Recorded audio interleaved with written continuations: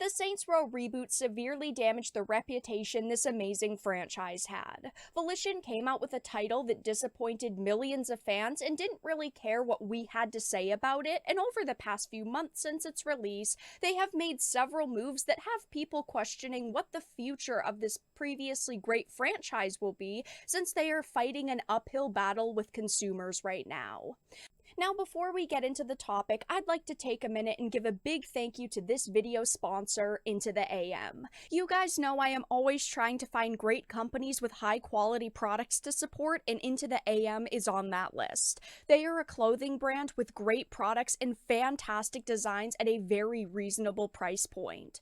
When I first discovered the brand, I was pretty impressed right away with their vibrant designs, and now that I have some of their products, they feel great as well. They are soft, they're comfortable, and I really only have good things to say about them.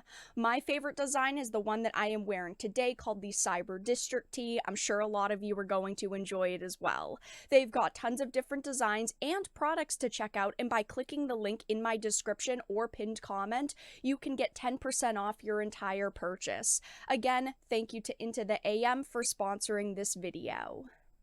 So there obviously has been a lot of bad news surrounding this title, but let's start from the beginning. The concept for this game seemed like a bad direction for them to go in, and as someone who has played every single Saints Row game, and someone who has loved them a lot, I just didn't understand this choice. Saints Row has always been known for being a Grand Theft Auto competitor. It was edgy, had really good gameplay, and targeted an adult audience, but instead of sticking with things that worked, they decided to go in a modern direction. Volition confirms Saints Row Reboot will ditch series' wacky and risky identity in favor of doing something contemporary.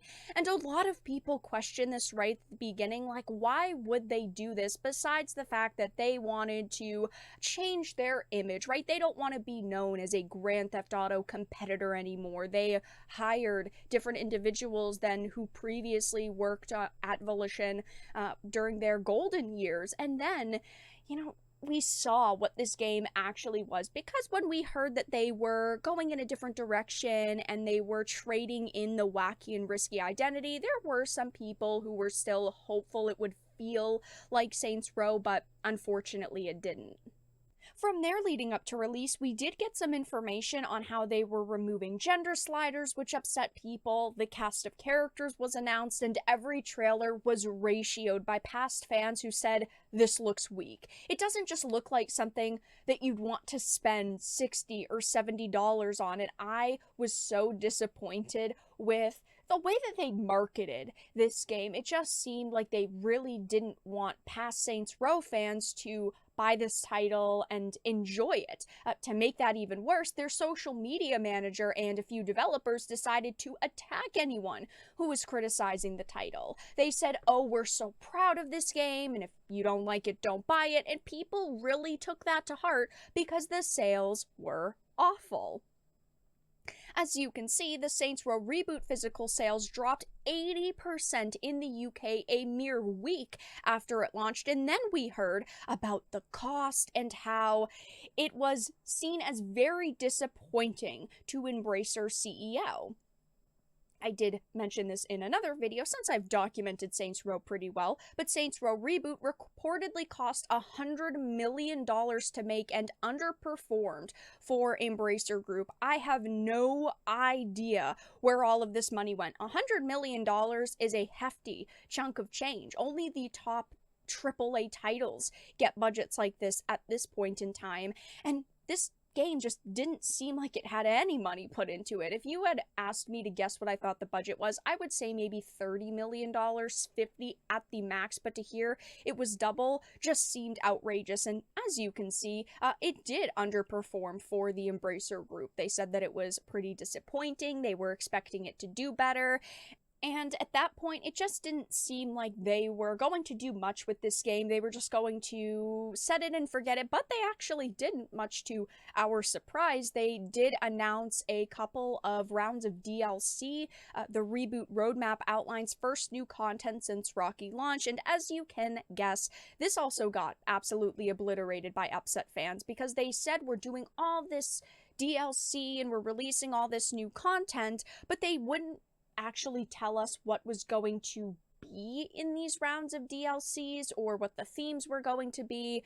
And overall, people just were like, I feel like I got ripped off. You are trying to keep me around as a player, but it's been, 8 months since the game fully launched. Okay, they still haven't released any of this, paid DLC that people who bought the expansion pack would get. The only thing they really released was a holiday. It wasn't really a bundle or DLC. They just added some like holiday kind of decorations and elements to the game to try to win people over and get everyone to just patiently wait until they could release more. But now, new articles are releasing talking about how much of a problem Volition still has. Saints Row upcoming DLC is facing an uphill battle with the player base. After months of wait, Deep Silver Volition has finally revealed Saints Row's post-launch roadmap. Players can expect a slew of new content throughout the next couple of months that should expand the game in exciting ways. It seems like the studio is really trying to improve the controversial game, but it might not be enough to win the player base back. I personally don't see that happening. Even the people who gave this a chance, who spent $60 to $70 on it, felt it was lackluster. I mean, looking at the Metacritic scores, a 61 critic and a 2.4 user, and this is on all of the platforms. I mean, PC also a 2.4. On the Xbox Series X, it's all the way up to a 2.9, but it never goes above a 3.0. Even the people who purchased it and gave it a chance, though, thought that it was bad. The reboot has been controversial within the community ever since it was first announced, and its launch date did not help at all. The game was allegedly a critical and commercial failure, and that it put the entire franchise in jeopardy. While the DLC may be able to get players excited about Saints Row again, it is facing an impossible uphill battle against the scorned fanbase, and it says the Saints Row reboot has a lot to prove in 2023, and I definitely think that it does. Do I think they can save this game? No, but I think that they can make it tolerable. I think with DLC and really good content, new areas, and also fixing some of the major technical issues that the game had, they can make it acceptable for the people who have already spent money on it. It's sad though, because I will probably never pick this game up. I have absolutely no interest in giving this a chance. I've loved all of the past Saints Row games, even 4 that went off the rails a bit and it went into sci-fi action territory. I still enjoyed it. I've played every one of these games. I've really loved them. But there's just no way that they are going to get me to swipe my credit card on a title like this. It says the trailers and gameplay videos didn't do much to get the Saints Row community excited. The franchise was known for its wacky humor and out-of-this-world scenarios, but the trailers failed to show any of that. I don't want to play as characters who are arguing over, tuition and how much money they make and going to school and what kind of toaster they should buy. This just did not feel like Saints Row at all whatsoever. I personally think that Volition could still save this franchise if they in a couple of years decide to make another Saints Row game and they pretend like this reboot never existed. I think that they could win a lot of people back. I know that I personally would give it a chance, see what they're doing, watch the gameplay trailers and potentially purchase it. But again, they would have to completely abandon this reboot that some of the developers at Volition are saying they are still very proud of, even though there's been a lot of backlash. But yes,